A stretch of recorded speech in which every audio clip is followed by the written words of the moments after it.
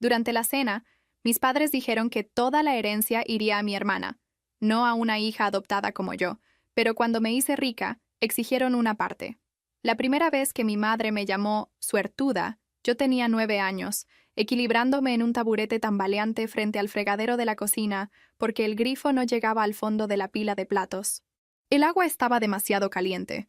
Mis manos se estaban poniendo de ese rosa furioso que significaba que me picarían más tarde, y mi hermana estaba en la sala desparramada en el sofá, riéndose de algo en la televisión como si fuera la dueña del aire en la habitación. Mi madre ni siquiera me miró completamente. Mantuvo sus ojos en la olla que estaba raspando y lo dijo como un hecho casual. Tienes suerte de que te hayamos acogido. La mayoría de los niños no consiguen un techo. Suertuda. No amada. No querida. Suertuda. Soy Nadine. Soy mujer. Tengo 25 años y soy adoptada. Esa frase por sí sola viene con 1000 suposiciones de extraños, pero mi problema nunca fueron los extraños. Los extraños son torpes, curiosos, a veces groseros, pero no viven en tus huesos. Las personas que me criaron sí. Mis padres trabajaban duro. Mi padre hacía turnos en la fábrica que lo dejaban oliendo a metal y sudor, y mi madre cosía para los vecinos y tomaba cualquier trabajo extra que pudiera encontrar. No éramos ricos.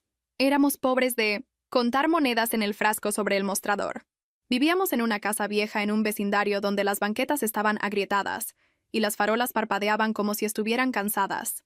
Algunos meses el refrigerador parecía una broma triste, pero el dinero no era la peor parte. La peor parte era cómo el amor en esa casa siempre venía con un recibo. Siempre había una cuenta. Y de alguna manera mi hermana nunca debía nada. Mi hermana era mayor, biológica, y tratada como si viniera con una garantía invisible. Si ella tenía un mal día, era una crisis. Si yo tenía un mal día, era actitud. Si ella olvidaba los quehaceres. Mi madre se reía y la llamaba soñadora. Si yo olvidaba algo, mi madre se ponía fría y me recordaba: no teníamos por qué acogerte. Mi padre no era ruidoso todo el tiempo. Eso habría sido más fácil de nombrar. Él era mayormente callado, lo que de alguna manera lo hacía más aterrador. Se sentaba a la mesa con la mandíbula tensa y simplemente observaba todo como si estuviera esperando que alguien se equivocara para poder justificar su enojo. Cuando hablaba, eran oraciones cortas y planas que caían como piedras. Para cuando tenía 12 años, podía manejar la casa como una pequeña gerente exhausta. Sabía qué facturas estaban atrasadas, porque mi madre lo narraba en voz alta como si fuera la protagonista de una tragedia. Sabía cómo estirar la despensa para hacer cenas que duraran. Aprendí a leer la temperatura de una habitación de la forma en que algunas personas leen el clima. Aprendí cuándo desaparecer. Aprendí a tragarme los sentimientos tan rápido que ni siquiera los saboreaba. Y aprendí a ser útil, porque ser útil era la única cosa que me hacía sentir vagamente segura. La instantánea más clara de mi infancia es la fiesta de cumpleaños número 15 de mi hermana. Mi madre tiró la casa por la ventana, lo que significaba globos, decoraciones, comida, todo el asunto. Los vecinos vinieron con regalos y grandes sonrisas. Mi hermana posó para las fotos como si estuviera en la portada de una revista. Yo flotaba alrededor, rellenando vasos, limpiando derrames y manejando silenciosamente el caos. En un momento, una mujer que no reconocí le preguntó a mi madre: ¿y quién es ella? Mi madre ni siquiera dudó. Oh, esa es Nadine. Ella me ayuda. Como si fuera una niña vecina que había contratado para la tarde. Esa noche, después de que todos se fueron, mi madre abrazó a mi hermana y dijo: te mereces lo mejor. Luego me miró a mí y dijo: no pongas esa cara larga. Deberías estar agradecida. No tenía cara larga. Estaba vacía. Hay una diferencia. Cuando cumplí 18 años, me mudé tan rápido como pude, lo cual no fue rápido porque no tenía dinero ni red de seguridad. Renté un cuarto diminuto en una casa abarrotada con un solo baño que siempre olía a limpiador barato y toallas viejas y húmedas. Las paredes eran lo suficientemente delgadas como para poder escuchar las vidas de otras personas a través de ellas, lo cual era de alguna manera tanto reconfortante como deprimente. No tenía auto. Tomaba el autobús a todas partes. A veces caminaba porque al horario del autobús no le importaba que yo tuviera que trabajar. Conseguí un trabajo en una tienda de conveniencia a unas pocas cuadras de la casa de mis padres, principalmente porque estaba lo suficientemente cerca como para llegar a pie si el autobús se retrasaba. La tienda no era glamorosa, pero era mía. Me daba estructura. Me daba un cheque de pago. Y me dio a una persona que me veía.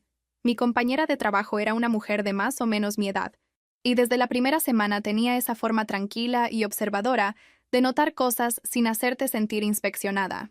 No hacía preguntas invasivas, no usaba esa voz de lástima falsa, simplemente me trataba como si yo importara, lo cual suena dramático.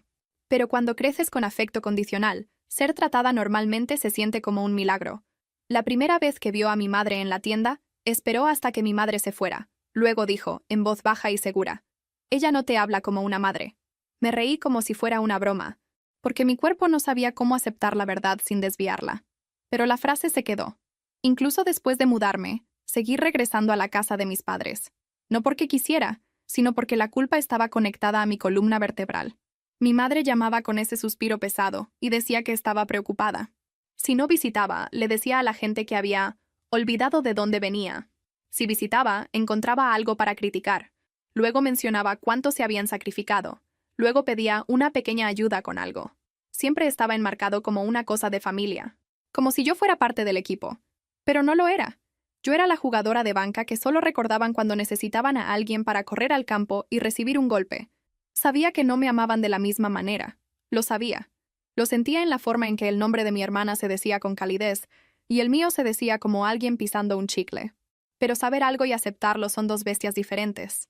Seguía esperando, como una idiota, que si era lo suficientemente paciente, lo suficientemente útil, lo suficientemente callada, eventualmente me mirarían y verían a una hija.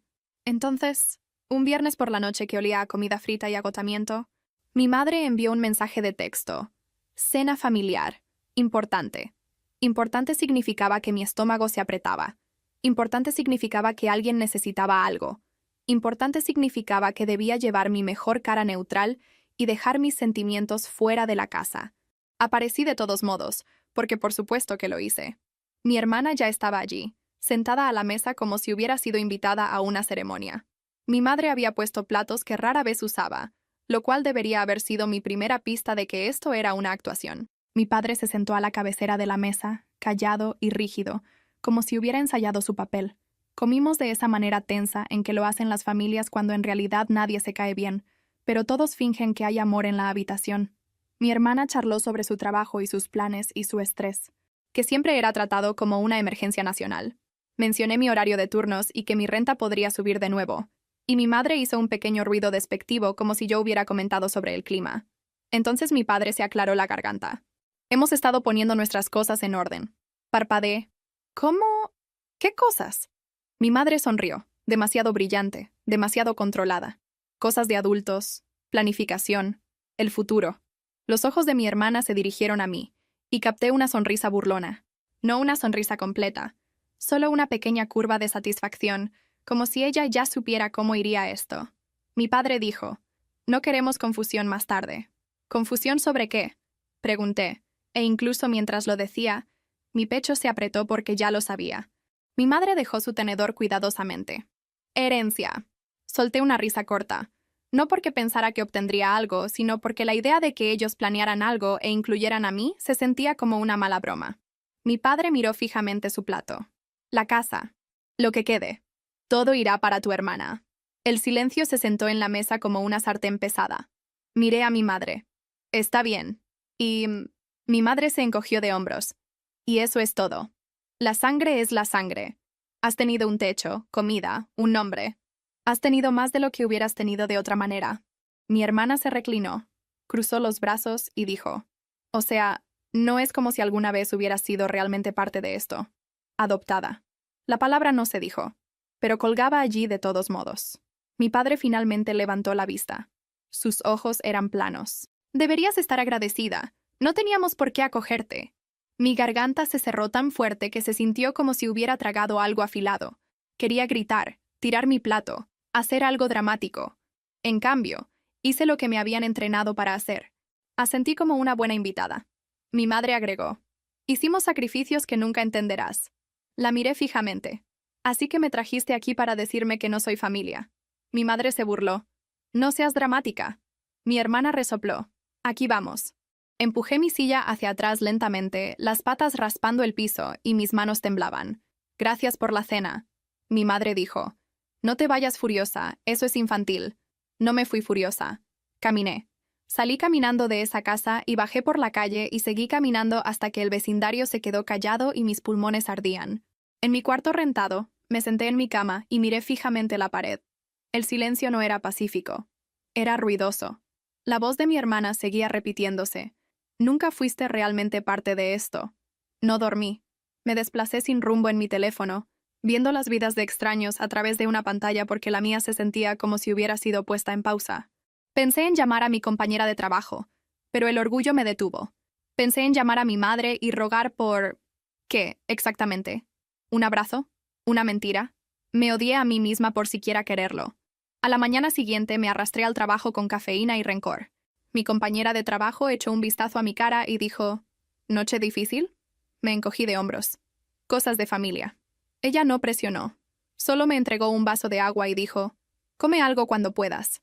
Esa pequeña amabilidad hizo que mi garganta ardiera de nuevo, lo cual es patético, pero también es lo que pasa cuando has estado muriendo de hambre emocionalmente durante años.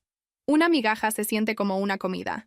Más tarde esa semana, durante un tramo lento en la tienda, mi compañera de trabajo sacó el tema de la cena sin siquiera nombrarlo. Solo dijo, parece que te golpearon en el alma. Me reí, lo cual salió frágil.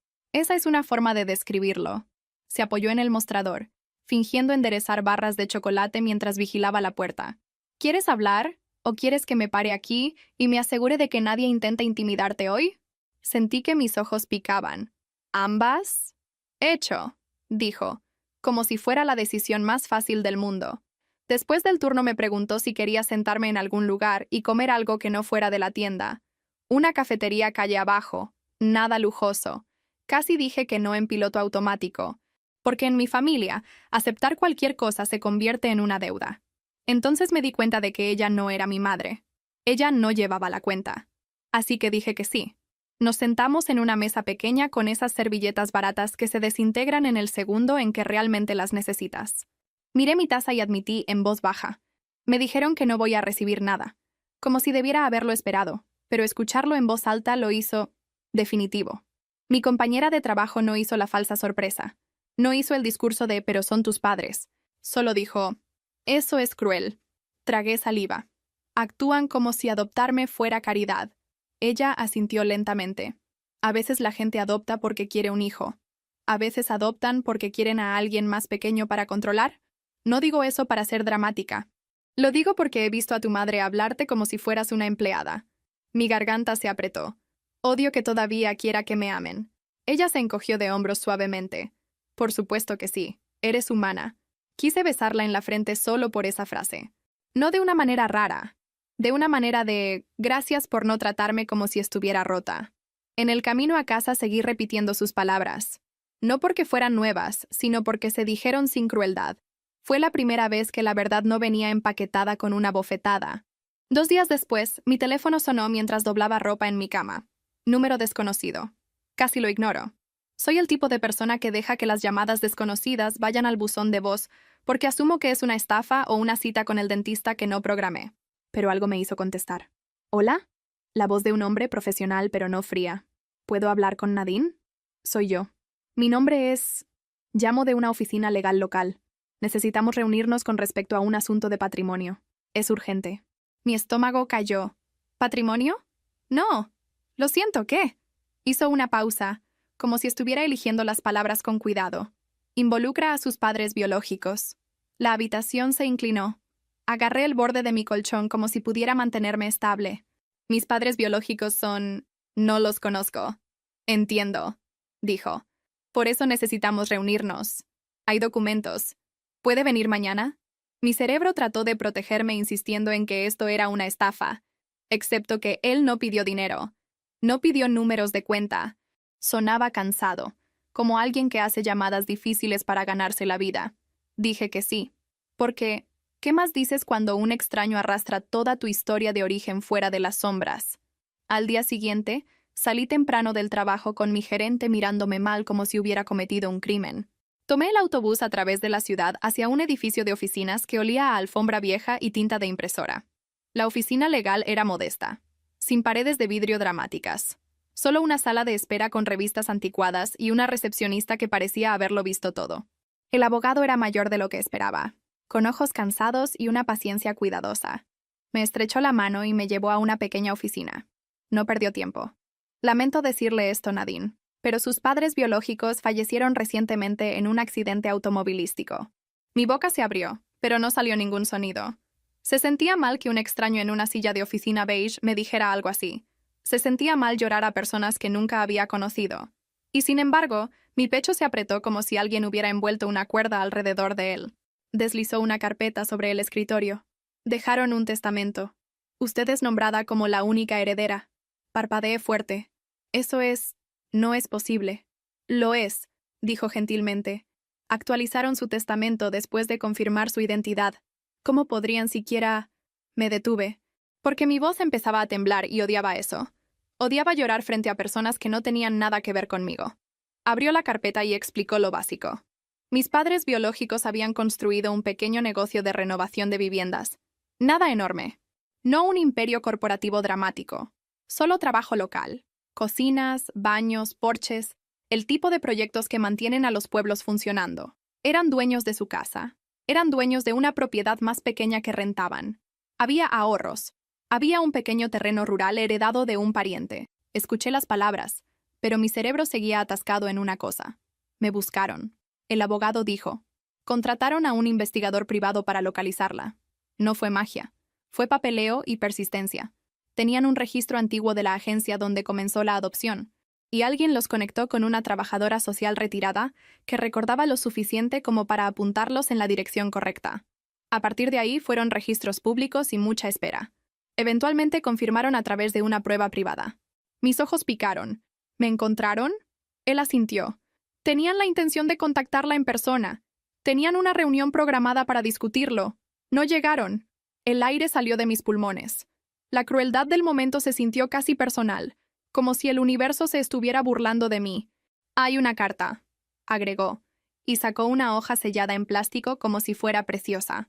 Estaba escrita a mano, descolorida, y la primera línea hizo que mi garganta se cerrara. No era un discurso largo y dramático. Eran dos adolescentes asustados admitiendo que eran pobres. Estaban presionados y aterrorizados. Escribieron sobre amarme de todos modos. Escribieron que entregarme no era que me abandonaran, sino que creían que alguien más podría darme lo que ellos no podían. Escribieron que volverían cuando pudieran, incluso si tomaba años. Escribieron mi nombre de nacimiento, luego lo tacharon y escribieron nuestra bebé en su lugar, como si no supieran cómo llamarme sin sostenerme. Lloré de la manera más humillante, lágrimas goteando sobre mis manos, sorbiendo, tratando de disculparme por ensuciar mi cara. El abogado me dio pañuelos y esperó. No me apresuró. Cuando pude hablar de nuevo, pregunté, ¿qué significa esto para mí? O sea, siendo realista, él dijo, habrá un proceso. Parte del valor está atado en propiedades. No en efectivo, pero es significativo. Cerca de $1 millón en activos totales, principalmente la casa y la propiedad de renta. Hay deudas e impuestos y tarifas, pero usted es la heredera nombrada. Podemos solicitar un pequeño anticipo para sus necesidades inmediatas, mientras las cosas avanzan. Anticipo, repetí, como si no confiara en la palabra. Él asintió. Si se aprueba, puede ayudarla a estabilizarse. Salí de la oficina con copias del papeleo, la carta y un sentimiento vacío en el pecho que no era solo dolor. Era dolor mezclado con rabia, porque el universo aparentemente había decidido hacer la cosa más cruel posible. Probar que era querida, y luego llevarse a las personas que me querían antes de que pudiera siquiera escuchar sus voces. En el viaje en autobús de regreso, seguí mirando a extraños como si uno de ellos pudiera de repente parecerse a mí. Seguía pensando, tengo padres. Tuve padres. Mi cerebro no podía decidir en qué tiempo verbal vivir. Esa noche no solo me senté. Caminé de un lado a otro. Limpié mi diminuto mostrador 3 veces. Abrí mi armario y miré mi ropa como si fuera evidencia. En algún momento me di cuenta de que estaba haciendo lo que siempre hago cuando tengo miedo. Tratar de controlar algo pequeño para no tener que sentir algo enorme. La semana siguiente hubo un servicio conmemorativo. Casi no fui. La idea de entrar en una habitación llena de gente que realmente conocía a mis padres biológicos me hacía sentir como una impostora. Pero la mañana del memorial me paré frente a mi espejo tratando de decidir si el negro era demasiado dramático o no lo suficientemente dramático. Sí. Mi cerebro va allí. No, ¿cómo hago el duelo? sino ¿cuál es el atuendo aceptable para el duelo que no estoy segura de tener permitido sentir? Usé ropa oscura sencilla y el maquillaje más barato que tenía, principalmente para no parecer que había estado llorando durante días. El servicio se llevó a cabo en un pequeño salón comunitario que olía a café y sillas plegables viejas. Había una exhibición de fotos cerca del frente. Mis padres biológicos sonriendo frente a cocinas a medio terminar, parados junto a clientes, sosteniendo un perro que no sabía que existía, riéndose de algo fuera de cámara. La gente se movía en silencio, respetuosa y curiosa. Cuando entré, las cabezas giraron. No groseros, solo instintivo. Una mujer de alrededor de la edad de mi madre se me acercó, con las manos juntas, ojos suaves. «Tú debes ser Nadine», dijo. Mi garganta se apretó. Sí. Ella asintió como si hubiera estado esperando años para decir esa frase. Hablaban de ti. No constantemente, pero con bastante frecuencia. Eran cuidadosos. No querían que se tratara de culpa. Solo querían que supieras que eras amada. Hice un sonido que fue mitad risa, mitad sollozo. Ella me abrazó antes de que pudiera detenerla. Me quedé rígida al principio. Luego me derrití un poco. Porque ser sostenida sin que se convierta en una deuda es una experiencia extraña cuando creciste como yo. La gente se acercó una por una. Un tipo con manos manchadas de pintura me dijo que lo ayudaron cuando estaba atrasado con la renta. Un hombre mayor dijo que construyeron una rampa para su porche sin cobrar extra porque su esposa usaba andador. Alguien dijo que mi madre biológica siempre llevaba bocadillos por si acaso alguien los necesitaba. Seguí escuchando historias que sonaban como bondad ordinaria. El tipo que no aparece en los titulares pero cambia vidas silenciosamente. Al final, la mujer que me abrazó antes me entregó una caja pequeña. Esto estaba en su oficina en casa, dijo. Lo tenían apartado. Adentro había una pulsera de bebé barata, empañada, con mi nombre de nacimiento grabado. La presioné en mi palma y todo mi cuerpo se puso frío y caliente al mismo tiempo. No me quedé mucho tiempo después de eso. Salí y me senté sola en la banqueta detrás del salón, sosteniendo la pulsera como si pudiera anclarme. Me sentí furiosa por el momento. Me sentí agradecida y enojada y entumecida y todo a la vez. También sentí vergüenza, como si llegara tarde a mi propia vida. En el viaje en autobús a casa, sostuve la pulsera y miré mi reflejo en la ventana, esa superposición fantasmal de mi cara contra la ciudad. Imaginé a mi madre biológica sentada a mi lado, contándome la historia con sus propias palabras. Imaginé a mi padre biológico haciendo algún chiste cansado para hacerme reír. Imaginé que me veían y no necesitaban ser convencidos de que yo pertenecía. Cuando regresé a mi cuarto, me senté en mi cama e hice algo que no había hecho en años. Casi llamé a mi madre adoptiva para buscar consuelo. Mi dedo se mantuvo sobre su contacto. Imaginé su voz. La forma en que podía suavizarse por un segundo, luego volverse afilada y hacer que todo fuera mi culpa. No llamé. Bajé mi teléfono como si estuviera caliente. Unos días después del memorial, el abogado arregló para que yo visitara la casa de mis padres biológicos brevemente con él, solo para recoger artículos personales que claramente eran para mí y asegurarnos de que el lugar estuviera seguro. Caminar hacia esa puerta principal se sintió como caminar hacia una vida que podría haber sido mía. El porche tenía escalones desgastados, del tipo que puedes imaginar a alguien lijando y repintando en un fin de semana. Había campanas de viento que sonaban suavemente con la brisa. Detalles ordinarios que de alguna manera hacían que me doliera el pecho. Adentro, el aire olía a aserrín y limpiador de limón. Había botas de trabajo junto a la puerta, una chamarra colgada en un gancho, una pila de correo en el mostrador. Me golpeó fuerte que habían sido personas reales y cotidianas. Bebían café aquí, discutían aquí, llegaban cansados a casa aquí, y yo era una extraña parada en medio de todo. El abogado se mantuvo respetuoso, dejándome vagar de habitación en habitación. Encontré una pequeña oficina en casa con carpetas cuidadosamente etiquetadas y un calendario en la pared con una fecha encerrada en un círculo. Mi nombre estaba escrito al lado con letra cuidadosa. Lo miré fijamente hasta que mi visión se nubló. Habían planeado para mí. Me habían puesto en el horario de su vida real. En un cajón había un sobre con mi nombre. Adentro había copias de búsquedas de registros públicos. Un par de fotos mías de redes sociales que ni siquiera recordaba haber publicado. Nada escandaloso, solo yo sosteniendo un café, yo en una parada de autobús, yo en el trabajo con mi uniforme. El hecho de que hubieran estado observando silenciosamente desde la distancia me hizo sentir rara y cálida y triste. Todo a la vez, como ser amada desde detrás de un vidrio. También encontré un pequeño cuaderno con notas dispersas. Llamar al abogado, terminar presupuesto de cocina, preguntar sobre reunión, no abrumarla, llevar carta. La última estaba subrayada. Me senté en la silla de oficina y lloré en mis manos como una niña. Cuando salí de la casa, el abogado preguntó si quería ver el lado del negocio también, solo para que nada se sintiera misterioso. Así que manejamos, él manejó, a un pequeño espacio de taller donde el equipo de renovación guardaba herramientas.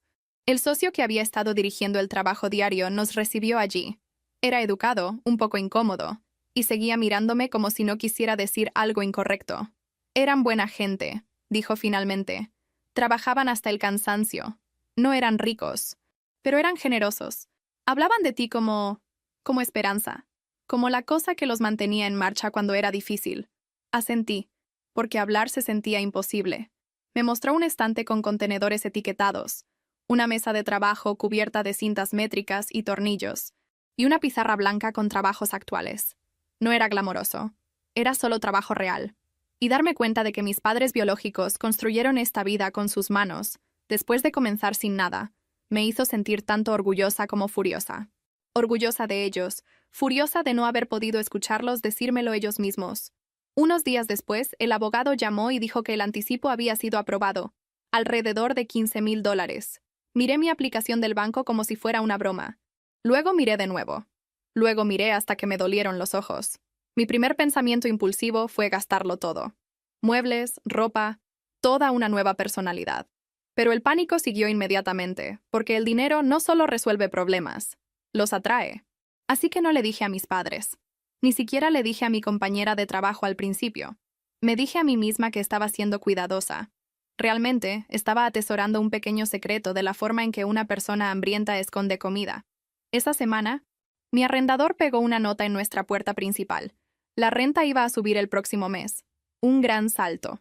Escrito como una amenaza en lugar de una conversación. Lo leí 2 veces, parpadeando como si tal vez las palabras se reorganizaran en algo más amable. Usé parte del anticipo para pagar por adelantado y comprarme un respiro. El alivio duró unos 12 minutos, hasta que la culpa apareció usando la voz de mi madre. Porque mi madre hizo lo que siempre hace cuando siente distancia. Vino a buscar. Llamó primero.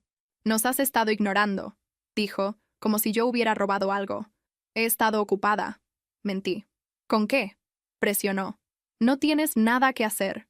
Esa frase, tan casual, tan cruel, golpeó más fuerte de lo que debería. «Trabajo», dije. «Tengo una vida». Mi madre se rió. «No te pongas a la defensiva, solo estamos viendo cómo estás». Al día siguiente, vio cómo estaba, apareciendo en mi trabajo. Durante 1 hora pico, cuando había clientes en la fila y mi gerente ya estaba irritada. Mi madre entró con su voz fuerte y dulce, la que usa cuando quiere audiencia. «Ahí está», anunció. «Mi hija». Mi gerente miró, molesta. Los clientes se quedaron mirando. Mi madre me abrazó frente a la caja registradora como si estuviéramos filmando un comercial. Luego se inclinó y susurró. «Te ves mejor. ¿Qué está pasando?» Odié que se diera cuenta. Odié que estuviera cazando una razón. «Estoy bien», dije, rígida. Se apartó y sonrió a mi gerente. «Ha estado estresada. Se preocupa demasiado». Luego me miró de nuevo, con voz baja. «Llámame más tarde, necesitamos hablar». No llamé, lo cual fue un error en el mundo de mi madre. Ella me llamó a mí en su lugar repetidamente, hasta que contesté solo para detener el zumbido. «Tu hermana necesita ayuda», dijo inmediatamente. Mi estómago se hundió. «¿Ayuda con qué?» «Facturas», dijo mi madre como si fuera obvio. «La vida es dura». La vida solo era dura para mi hermana cuando el mundo se negaba a darle lo que quería. «No puedo», dije. El tono de mi madre se agudizó. «¿No puedes? ¿O no quieres?» «No tengo extra», mentí. Mi madre suspiró dramáticamente. «Así que realmente vas a castigarnos. Después de todo lo que hicimos. No es castigo», dije, porque todavía quería ser vista como razonable. «Solo estoy tratando de sobrevivir. Somos familia», dijo ella empalagosa.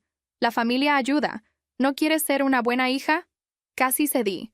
Podía sentir el viejo programa ejecutándose. «Paga el impuesto de culpa, mantén la paz, no hagas olas». Entonces escuché la voz de mi padre de esa cena. «La sangre es la sangre. No voy a enviar dinero», dije. Y mi voz fue tranquila, pero firme. Mi madre se puso fría. «Bien, pero no vengas llorando con nosotros cuando necesites algo». Después de eso, mi hermana comenzó a enviar mensajes de texto. Pequeños mensajes al principio. Hola, te extraño. Deberíamos hablar. Luego otros más afilados. Mamá dice que estás actuando raro. ¿Crees que eres demasiado buena para nosotros ahora? No respondí. Ella envió una selfie de ella llorando. Tampoco respondí a eso. Luego envió. ¿Qué hiciste para conseguir dinero? Ahí estaba. La suposición de que cualquier cosa buena que me pasara tenía que ser explicable de una manera que los involucrara a ellos. Alrededor de ese tiempo, mi gerente me llevó a un lado y dijo, «Tu madre vino de nuevo, preguntando sobre tu horario». Mi estómago cayó. ¿Lo hizo? Lo hizo, dijo mi gerente con los labios apretados. Y le dije que no puedo compartir información de empleados, pero si esto se convierte en un patrón, se convierte en un problema.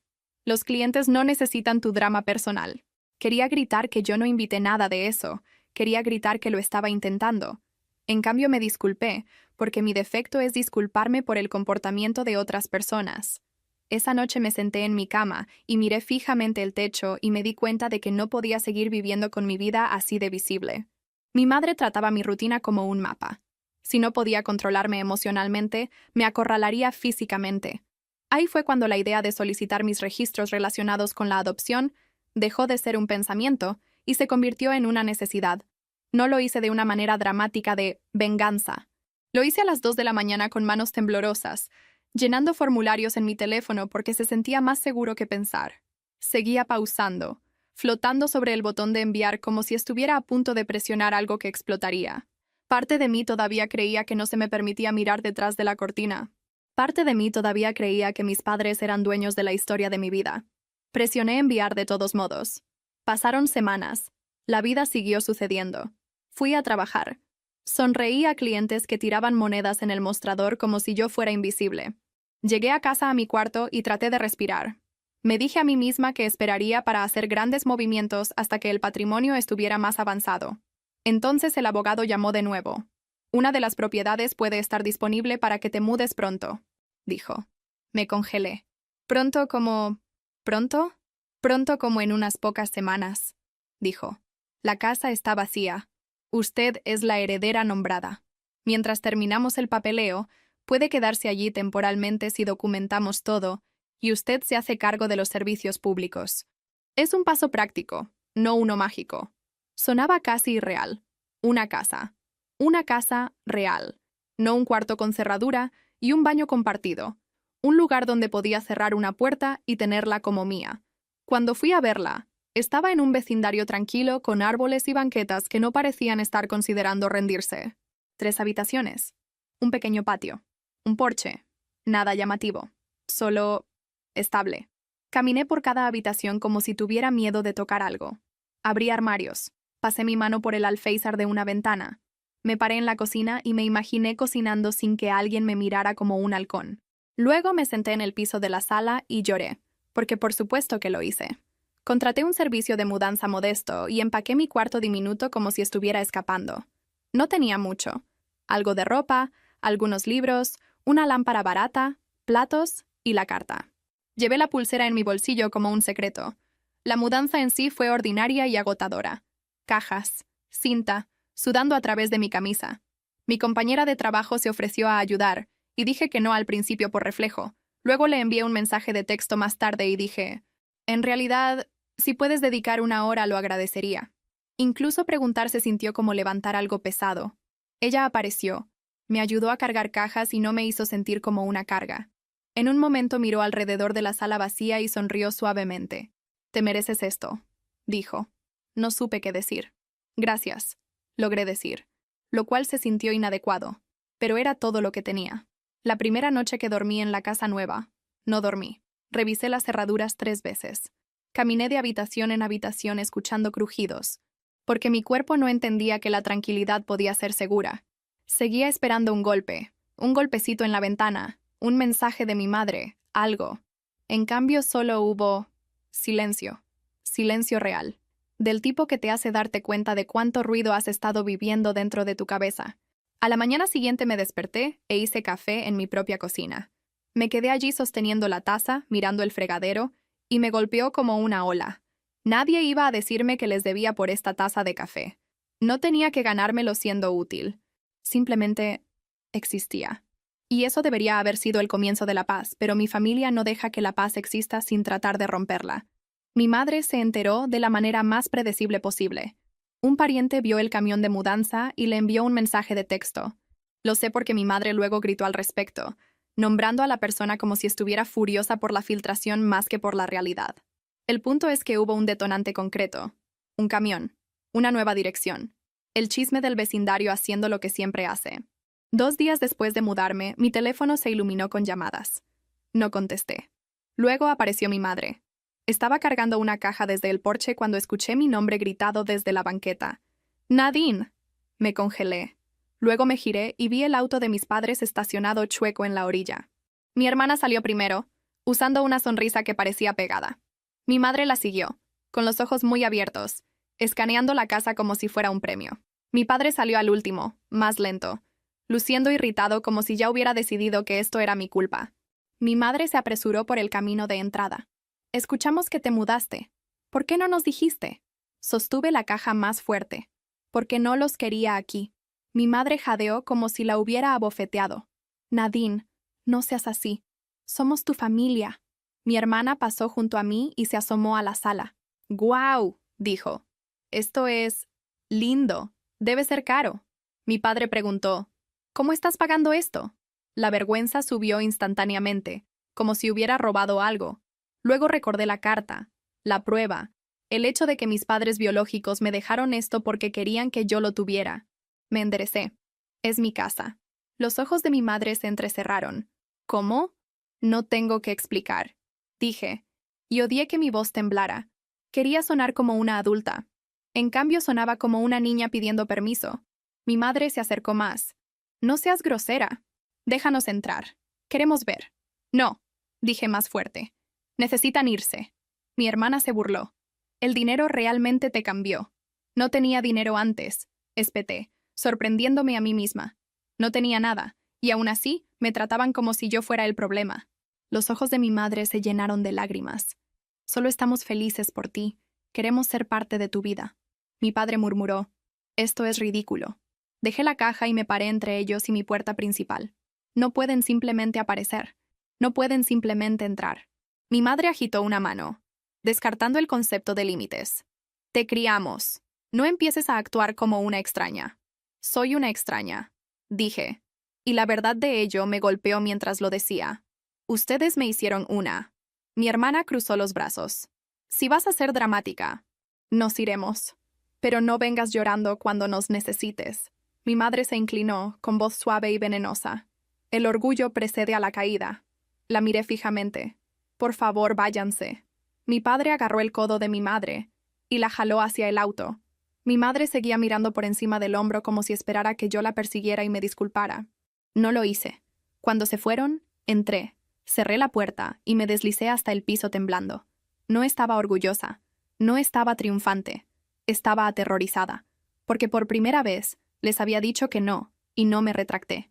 A la mañana siguiente, había una nota escrita a mano en mi buzón. Sin nombre. Solo. El orgullo precede a la caída. Mi estómago se revolvió. Sonaba como mi madre, pero podría haber sido cualquiera. De cualquier manera, no se trataba de seguridad. Se trataba de control. Así que lo manejé como una adulta, no como un personaje en una película. Reemplacé mi buzón con uno con cerradura. Puse una cámara de puerta barata. Me dije a mí misma que si alguien quería ser dramático, podía ser dramático en video. Nada pasó después de eso. Lo cual casi lo hizo peor, porque probó que la nota estaba destinada a sacudirme, no a dañarme. Un par de días después, mi hermana apareció sola, cargando 2 bolsas de basura sobrecargadas como equipaje. Se paró en mi porche como si el destino la hubiera dejado caer allí. «Estás en casa», dijo. Todo mi cuerpo se puso tenso. «¿Qué quieres?» Suspiró como si yo fuera la difícil. «Necesito quedarme aquí un rato». Parpadeé. «No». Puso los ojos en blanco, ya empujando más allá de la palabra. «Hablo en serio. El lugar en el que estoy es complicado». «¿Qué significa complicado?», pregunté, y odié que parte de mí todavía quisiera ayudar. «Significa que mi compañera de cuarto está siendo una psicópata y no voy a lidiar con eso», dijo. «Tienes espacio, lo vi. No te vas a quedar aquí», dije. «No preguntaste, solo apareciste con bolsas». Ella se burló. Porque si pregunto, dirás que no. Esa no es una razón. Espeté. Esa es la razón por la que no deberías estar aquí. Se acercó más, bajando la voz. No seas mezquina. Tienes tanto ahora. Es asqueroso verte actuar como si estuvieras luchando. Sentí algo caliente destellar. No sabes lo que tengo. Ella se rió. Todo el mundo sabe que conseguiste dinero. Mamá dijo que has estado actuando diferente, como si estuvieras escondiendo algo. Sal de mi porche, dije. Su cara se torció. ¿Realmente vas a darme la espalda? Tú me diste la espalda toda mi vida, quise decir. En cambio, solo repetí, vete. Se movió como si fuera a ponerme a prueba, como si estuviera acostumbrada a ponerme a prueba. Empujó su hombro contra el marco de la puerta, tratando de meterse hacia adelante. Y ahí fue cuando me di cuenta de que estaba a punto de perder el control de mi propia casa, porque mi hermana no creía que mis límites fueran reales. Así que pedí ayuda. La voz de la operadora era tranquila. Los oficiales que respondieron también estaban tranquilos. Personas cansadas y normales haciendo un trabajo ordinario. Uno habló conmigo en el porche mientras el otro hablaba con mi hermana junto a la orilla. Mi hermana jugó a la inocente perfectamente. Es mi hermana. Dijo lo suficientemente fuerte para que yo escuchara. Solo estoy tratando de quedarme con la familia. Ella está teniendo algún tipo de episodio. Sentí que iba a vomitar. Ahí estaba. La narrativa. Yo era inestable. Yo era dramática. Yo era el problema. Le mostré al oficial los mensajes de texto de mi hermana. Expliqué, en voz baja, que mi familia no respetaba los límites y necesitaba que se fueran. Asintió como si hubiera escuchado esta historia 100 veces en casas diferentes. Nadie fue arrestado. Nadie fue esposado. Esto no era un espectáculo. Le dijeron a mi hermana que tenía que irse, y le advirtieron que si regresaba y se negaba de nuevo, podría considerarse allanamiento. Mientras caminaba hacia su auto, siseó. Estás muerta para mí.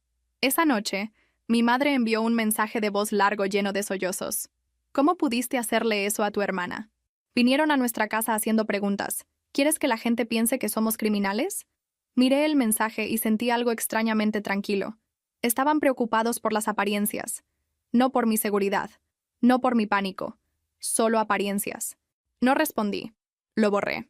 Luego me senté en el piso de mi cocina y me reí silenciosamente de lo absurdo de todo, porque si no me reía, me iba a desmoronar. 2 días después, llegó el sobre del Estado, los registros que había solicitado semanas antes. Lo abrí en el piso de mi sala como si estuviera desactivando algo. Los documentos estaban parcialmente redactados, pero había suficientes notas y cantidades para hacer que mi piel se pusiera fría. Habían recibido apoyo mensual durante años debido al acuerdo de adopción. El total durante todos esos años sumaba una cifra que hizo que mi garganta se apretara. Pensé en mis zapatos de la infancia con agujeros, las visitas al dentista que no podíamos permitirnos, el viaje escolar por el que rogué y me negaron, la forma en que mi hermana de alguna manera siempre tenía cosas nuevas, la forma en que mi madre actuaba como si alimentarme fuera caridad. Fue como ver toda mi infancia reencuadrada en tinta. Fui a la casa de mis padres al día siguiente, no con un gran discurso, sino con ese sobre grueso en mis manos y rabia en mi pecho. Tomé el autobús hasta allá y me senté en la parte de atrás, mirando el sobre como si pudiera explotar. Mi madre abrió la puerta con ojos sospechosos. ¿Qué haces aquí? Levanté los papeles. Explica esto. Sus ojos se entrecerraron mientras escaneaba la primera página. ¿De dónde sacaste eso? ¿Esa es tu primera pregunta? Mi voz salió más afilada de lo que pretendía. No qué es, sino ¿de dónde lo sacaste? La mandíbula de mi madre se tensó. Hicimos lo que tuvimos que hacer. Mi hermana apareció detrás de ella, ya poniendo los ojos en blanco. Oh, por Dios. ¿Estás tratando de empezar drama de nuevo? Miré a mi padre. Recibieron dinero, cada mes, durante años, por mí. Él se encogió de hombros. Teníamos gastos. ¿Qué gastos? Mi voz se quebró. Dormí en un colchón que olía a mojo. Usé ropa de segunda mano. Nunca me pusieron frenos aunque se burlaban de mis dientes. ¿Qué gastos? La cara de mi madre se endureció. Ese dinero mantuvo esta casa funcionando. Así que me usaron para pagar sus facturas. Dije, y las palabras sabían a metal. Mi madre se inclinó hacia adelante, con voz baja y peligrosa. Cuida tu boca. No puedes venir aquí actuando como una santa. Te alimentamos. Te mantuvimos. Te dimos un nombre. ¿Quieres hablar de dinero? ¿Cuánto crees que cuesta criar a un niño? Mi hermana resopló. Tal vez deberías estar agradecida de no haber sido dejada en el sistema. Ahí estaba de nuevo, suertuda, agradecida, como si mi existencia fuera una tarea que toleraban. Mi instinto de disculparme surgió automáticamente. Casi podía sentir mi boca formando las palabras. Luego tragué saliva con fuerza. No quiero el dinero de vuelta, dije sorprendiéndome con lo estable que sonaba. Quiero que dejen de fingir que se sacrificaron por mí, porque hay un rastro de papel. No fueron mártires. Les pagaron. La cara de mi madre se puso roja. ¿Cómo te atreves? Mi padre se puso de pie. Si vas a faltarnos al respeto, puedes irte. Los miré fijamente. ¿Qué familia? Pregunté en voz baja. Y ese fue el momento en que la habitación cambió. Incluso mi hermana dejó de sonreír burlonamente por un segundo, como si la verdad la golpeara en la cara y no le gustara cómo se sentía. Me fui. No grité. No tiré nada. Me fui con las manos temblando y el estómago hecho nudos. En el viaje en autobús de regreso, miré por la ventana y sentí algo que no esperaba. Alivio. Como si finalmente hubiera dicho una verdad en voz alta y el cielo no se hubiera caído. Por supuesto que el cielo no se cayó. Mi madre solo me llamó una docena de veces esa noche. No contesté. Luego comenzaron los rumores. Mi compañera de trabajo llamó después de su turno y dijo: «No quiero asustarte, pero tu hermana le está diciendo a la gente que conseguiste dinero haciendo algo ilegal. Como cosas turbias». Sentí frío extenderse por mi pecho. Por supuesto que lo está haciendo. «Y hay una publicación de recaudación de fondos», agregó.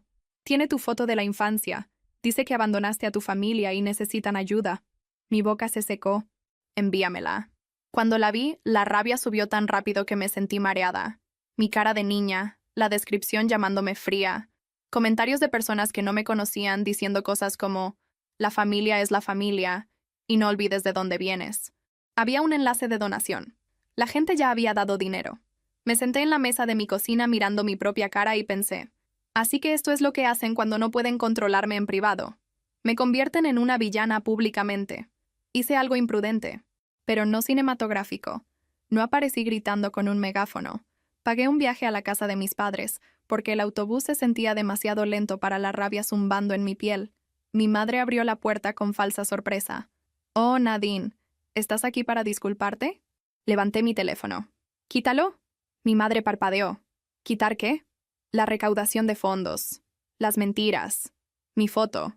La cara de mi madre se endureció. «Tu hermana solo está tratando de ayudar. Necesitamos asistencia. Las facturas son altas». «Están usando mi cara», dije. «Están diciendo que los abandoné». Mi madre se burló. «¡Lo hiciste!». Mi hermana apareció detrás de ella, sonriendo burlonamente. «Podrías simplemente darnos algo, como una persona decente». «Así que esto se trata de dinero», dije. Mi hermana inclinó la cabeza. «¿No se trata todo de eso? No tuviste problema en tomar de nosotros». Me reí, aguda y amargamente. «Les pagaron para criarme». Los ojos de mi madre brillaron. «Deja de sacar eso a colación. Siempre quieres hacerte la víctima. Les estoy pidiendo que dejen de mentir». Espeté. Mi hermana se encogió de hombros. «La gente está donando. Está funcionando». Quería agarrar mi teléfono y tirarlo contra la pared. En cambio, dije: «Si no lo quitan, lo voy a reportar». Mi madre se rió. «¿A quién? ¿Crees que a alguien le importa?» Ese fue el momento en que me di cuenta de que genuinamente creían que nadie los haría responsables, porque toda mi vida no lo había hecho. Me fui. Mis manos estaban apretadas tan fuerte que mis uñas se clavaban en mis palmas. De regreso a casa, me senté en mi sala y me sentí atrapada por mi propio miedo. Tenía una casa. Tenía recursos. Tenía pruebas. Y todavía me sentía como una niña en su cocina. Así que llamé a una terapeuta. Nunca había hecho terapia antes. En mi familia, los sentimientos eran tratados como inconvenientes, pero no podía seguir viviendo con mi sistema nervioso atascado en modo de supervivencia y llamarlo normal. Encontré a alguien local con disponibilidad y una voz tranquila. En nuestra primera sesión, describí mi vida como una lista, porque así es como me protejo. Hago que el dolor suene casual. Ella escuchó. Luego preguntó: «¿Qué quieres?» Miré la alfombra. «Paz». Ella asintió. «¿Y qué estás dispuesta a hacer para conseguirla?» No tenía una respuesta. Ese era el problema. Había pasado toda mi vida reaccionando, no eligiendo. Durante las siguientes semanas, la situación escaló de todos modos. Mi hermana intentó abrir una cuenta de crédito a mi nombre. Solo me enteré porque llegó una carta de alerta a mi casa. Ver mi nombre en algo que no solicité hizo que mi estómago diera un vuelco. Llamé, detuve el intento, congelé mi crédito, configuré alertas de fraude y presenté un informe básico de robo de identidad para que hubiera un registro. No se convirtió en una gran saga legal. No llevó a consecuencias dramáticas. Simplemente se convirtió en una prueba silenciosa más de lo lejos que estaba dispuesta a llegar. Y se convirtió en una razón más por la que dejé de cuestionarme a mí misma. Mi terapeuta preguntó, ¿qué significa que ella intentara eso? ¿Significa, dije con voz plana, que ella piensa que soy suya para usarme? Mientras todo eso sucedía, reporté la recaudación de fondos a la plataforma de alojamiento. Adjunté pruebas de que usaba mi imagen sin permiso y contenía afirmaciones falsas. Pidieron más documentación. Envié todo. Capturas de pantalla, mensajes de texto, la carta del abogado, la alerta de fraude. Luego esperé, porque eso es lo que es la vida real. Esperar. Aguantar la respiración mientras los sistemas hacen lentamente lo que hacen. Mi terapeuta preguntó si quería exponer a mi familia públicamente. Dije que no. No quería una guerra. Quería que las mentiras pararan. Quería que quitaran mi cara de infancia de una publicación de súplica como si fuera una mascota perdida. Pero también me di cuenta de algo. Mi familia había construido toda una narrativa sobre mí durante años. Si no anclaba la verdad en algún lugar, seguiría siendo arrastrada bajo su versión. Así que invité a un pequeño grupo de personas a mi casa. No una fiesta, no una emboscada, solo testigos. Mi compañera de trabajo vino porque había visto la recaudación de fondos y estaba furiosa en mi nombre. 2 mujeres de mi antiguo vecindario vinieron porque estaban cansadas de que mi madre actuara como una santa cuando me habían visto cargando basura y cuidando niños y siendo tratada como ayuda. La dueña de la lavandería vino porque había visto a mi madre enviarme con bolsas de ropa y sin monedas como si fuera mi problema. Un primo lejano vino porque, a su manera incómoda, quería entender. También traje una carta de explicación en lenguaje sencillo que había solicitado sobre el programa de asistencia. E invité a una mujer que trabajaba en un centro comunitario, alguien que conocía estos sistemas en términos cotidianos y no le importaba decir, sí, esto existe, y aquí está generalmente lo que significa, sin actuar como si fuera un tribunal. Me sentí enferma todo el día. Puse agua y bocadillos baratos como si estuviera organizando una reunión en el trabajo. Odiaba que me importara ser educada mientras mi vida estaba en llamas. Cuando todos estuvieron sentados, expuse los documentos en mi mesa de café. La carta de mis padres biológicos, prueba del proceso de patrimonio, los registros de asistencia, la alerta del banco sobre el intento de crédito, capturas de pantalla de la recaudación de fondos. No estoy haciendo esto para avergonzar a nadie, dije con la voz temblorosa. Lo hago porque estoy cansada de que mientan sobre mí. Estoy cansada de cuestionar mi propia infancia. Luego llamé a mi madre y le dije que viniera. Llegó con mi hermana, por supuesto. Mi padre las seguía, pareciendo que preferiría estar en cualquier otro lugar. Entraron en mi sala y se congelaron cuando vieron gente allí. Los ojos de mi madre se abrieron mucho. ¿Qué es esto? Una conversación, dije. Siéntense. Mi madre se rió nerviosamente. ¿Estás tratando de humillarnos? Mi hermana se burló. ¿Esto es tan dramático? Tomé aliento y comencé a exponerlo, no como un caso legal, sino como mi vida. Mi madre interrumpía constantemente, llamándome desagradecida, llamándome cruel, diciendo que estaba tergiversando las cosas. Mi hermana bromeaba, se encogía de hombros, actuaba. Mi padre apenas habló hasta que lo hizo, y entonces fue directo y enojado. Nos debes. La mujer del centro comunitario explicó con calma qué significan generalmente esos registros de asistencia y por qué existen. La dueña de la lavandería dijo que recordaba a mi madre quejándose de tener que mantenerme. Una de las mujeres del vecindario dijo, en voz baja, vi cómo la trataban, y la cara de mi madre se puso pálida. Mi primo se movió incómodo, y dijo, las familias pelean. Tal vez todos deberían simplemente perdonar. Lo miré fijamente. ¿Perdonar qué? Pregunté. ¿Perdonar que usen mi foto para conseguir donaciones? ¿Perdonar que me digan que tengo suerte de existir? Mi madre comenzó a llorar, lágrimas reales esta vez. Te amábamos. Me reí suavemente. Amaban tener a alguien para controlar. Mi hermana espetó. Estás loca. Mi padre se puso de pie y golpeó su mano en mi mesa de café. Nos vamos. Mi madre se secó la cara y siseó. Un día nos necesitarás. Y cuando lo hagas no vengas arrastrándote. Se fueron, y la habitación se sintió como si le hubieran drenado el oxígeno. Esa noche, después de que todos se fueron a casa, recibí un correo electrónico de la plataforma. La recaudación de fondos había sido eliminada y el titular de la cuenta había sido advertido. Miré la pantalla y en lugar de sentir victoria, me sentí cansada. Envié una captura de pantalla a mi compañera de trabajo y a las 2 mujeres de mi antiguo vecindario, no para regodearme, sino para anclar la realidad. Respondieron con una mezcla de satisfacción y tristeza. La recaudación de fondos se había ido, pero el chisme no iba a desaparecer. Las personas a las que les gustaba el drama se quedarían con la versión que preferían. Aproximadamente un mes después del lío de la recaudación de fondos, alguien de una iglesia local tocó a mi puerta un sábado por la mañana. Un hombre mayor, sonrisa educada, manos cruzadas como si estuviera entregando la paz misma. «No estoy aquí para tomar partido», dijo inmediatamente. «Que es siempre como sabes que alguien está a punto de tomar partido. Tu madre está muy preocupada. Dice que ha habido un malentendido». Lo miré fijamente a través de la puerta mosquitera, todavía en pijama, con el cabello hecho un desastre, aliento a café, sintiendo ese viejo impulso de actuar como buena chica para una figura de autoridad. «No es un malentendido», dije. Inclinó la cabeza con simpatía. «Las familias pasan por temporadas. El orgullo puede empeorar las cosas». Casi me río del déjà vu. «El orgullo no es la razón por la que congelé mi crédito», dije. «El orgullo no es la razón por la que mi cara fue usada para pedir dinero a extraños». Su sonrisa vaciló, solo un poco. A veces la gente actúa por desesperación. A veces la gente actúa por creerse con derecho. Respondí, y mi voz se mantuvo más tranquila de lo que esperaba. No le estoy pidiendo a nadie que los odie. Les estoy pidiendo que dejen de cruzar límites. Intentó un empujón suave más sobre el perdón, sobre dejar ir. Asentí como si estuviera escuchando, porque todavía estoy aprendiendo a no disculparme por existir. Luego dije, estoy dejando ir al no dejarlos entrar. Así es como se ve dejar ir para mí. Dudó. Luego dio un tranquilo, oraré por ti. Y se fue. Cuando la puerta se cerró, no me sentí triunfante. Me sentí temblorosa. Pero también sentí algo nuevo. El sentimiento tembloroso no se convirtió automáticamente en culpa. Simplemente pasó. En las semanas siguientes sentí la resaca social.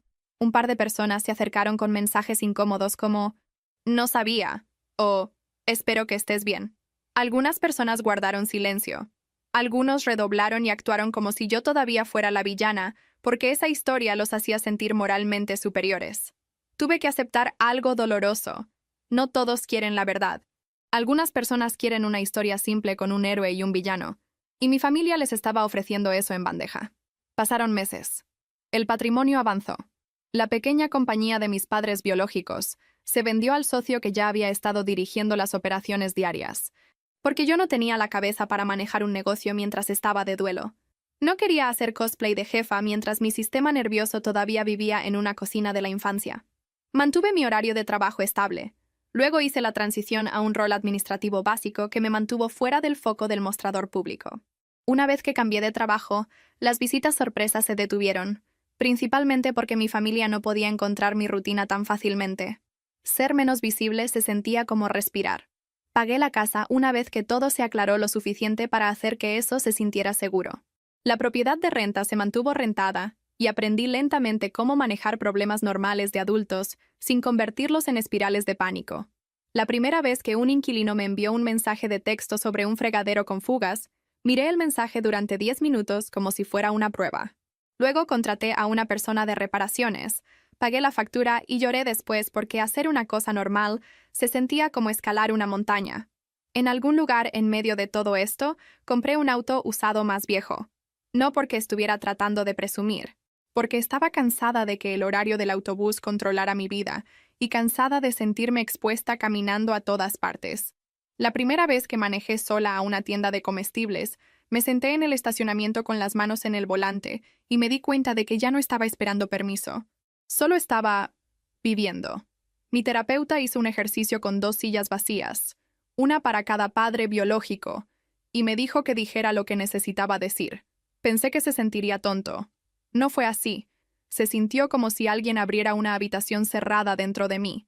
Les dije a las sillas vacías, con la voz temblorosa, que pasé toda mi vida creyendo que no valía mucho, que me dijeron que debía estar agradecida solo por existir, que su carta era prueba de que yo no era desechable, que estaba furiosa de que no pudieran encontrarme antes y furiosa de que el momento robara el reencuentro.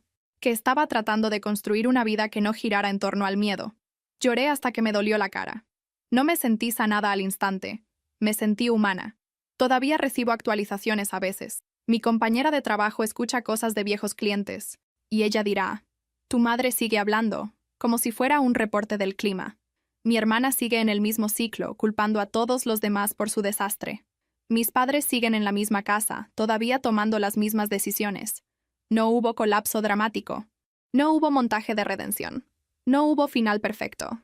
Solo estaba yo, despertando en mi propia casa, haciendo café y dándome cuenta de que mi estómago no estaba apretado. Algunas mañanas todavía tengo el impulso de desbloquear a mi madre solo para regañarla una vez más. No estoy orgullosa de eso. Algunos días todavía repito esa cena donde mi padre dijo que la sangre es la sangre e imagino que me pongo de pie antes. Algunos días todavía siento que estoy exagerando porque eso es lo que hace a tu cerebro ser descartada durante años. Pero luego miro la pulsera y la carta. Miro la cocina tranquila. Miro la cerradura en mi buzón y la pequeña cámara junto a mi puerta que nadie ha probado de nuevo. Miro las facturas que pago sin que nadie me avergüence por ocupar espacio. Y recuerdo la verdad más simple que tuve que aprender de la manera difícil. No le debo mi paz a nadie. Solía pensar que el cierre significaba verlos sufrir. No estoy orgullosa de ese pensamiento, pero es verdad. Cuando te han tratado como basura, parte de ti quiere que las personas que lo hicieron sientan tu dolor. Pero el cierre comenzó a verse diferente. Se veía como comprarme un par de zapatos porque los quería, no porque los míos tuvieran agujeros. Se veía como dejar que mi teléfono sonara sin estremecerme. Se veía como decir no, y no disculparme por ello después. Mi familia adoptiva no explotó. No se desmoronaron. Simplemente siguieron adelante, ruidosos y convencidos de que tenían razón. Y yo seguí adelante también, más tranquila. No porque perdí, sino porque finalmente dejé de actuar para ellos. Finalmente dejé de intentar ganar un lugar en una mesa donde siempre fui la ayuda no pagada. No es ordenado, no es justo, no es una película. A veces, tarde en la noche, todavía me sorprendo esperando el sonido de mi teléfono zumbando con el nombre de mi madre, aunque cambié mi número y bloqueé todo lo que pude pensar. El trauma es molesto así. No le importa la lógica. Pero luego haré algo pequeño y normal. Lavar un plato, doblar ropa, cerrar la puerta, y notaré que mis hombros no están arriba alrededor de mis orejas. Notaré que no estoy ensayando excusas en mi cabeza. Notaré que el silencio ya no es amenazante. Y en esos momentos, no me siento como la niña adoptada suertuda que seguían recordándome. Me siento como una mujer que finalmente dejó de audicionar para un amor que nunca se iba a dar libremente. Es simplemente real.